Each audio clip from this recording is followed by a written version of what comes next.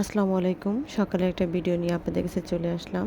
তো প্রতিদিন আমি সকালে কি করি, কি নাস্তা তৈরি করি তার একটা ভিডিও আমি আপনার সাথে শেয়ার করতেছি। তো এখানে আমি আলু ভাজি করে নিলাম সকালে রুটির সাথে খাওয়ার জন্য। মূলত প্রতিদিনে আমরা সকালে রুটি খাই। আমি সকালে রুটি বানাই। আর প্রচণ্ড বৃষ্টি হচ্ছে। আমাদের এখানে এত পরিমাণ বৃষ্টি হইতেছে আজকে কয়েকদিন যাবৎ। টানা বৃষ্টি হচ্ছে যশোরের দিকে।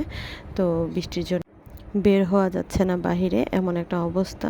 তো আমার রুটি সম্পূর্ণ বানানো হয়ে গেছে। আমি একবারে রুটি বানিয়ে নিই, তারপরে আমি ভেজে নেই। তো আমি ভাজা রুটিগুলো সম্পূর্ণটা আমি হটপটে রাখি যাতে গরম থাকার জন্য। সবাই তো একসাথে নাস্তা করে না, অনেকে অনেক দেরিতে নাস্তা করে। তো সেই জন্য আমি সম্পূর্ণ রুটিগুলো হটপটে রেখে দিই গরম থাকার জন্য, এবং নরম থাকে, খেতে ভালো লাগে।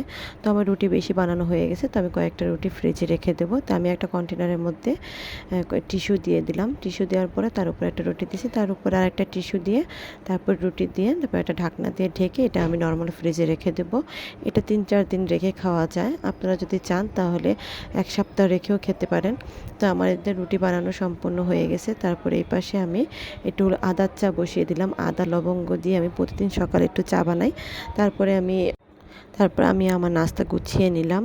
আপনারা যদি চান নর্মাল ফ্রিজে রুটি রাখতে বেশি দিন, তাহলে রুটিগুলো হালকা করে ছেঁকে তারপরে আপনারা এগুলো কন্টেনারে রেখে নর্মাল ফ্রিজে রেখে অনেক দিন খেতে পারবেন। তো এই তো আমার সম্পূর্ণ নাস্তা গোছানো হয়ে গেলো। আমার নাস্তা আমি গুছিয়ে তারপরে আমি এগুলো খাবো। প্রতিদিনই দুপুরের রান্নার ভিডিও দেওয়া হয়, তা আজকে ভাবলাম আপনাদের সাথে সকালের নাস্তার ভিডিওটা দেই। তো কেমন লাগলো ভিডিওটা অবশ্যই কমেন্ট করে জানাবেন, আর পাশে থাকবেন। ভালো থাকবেন। আল্লাহ হাফেজ।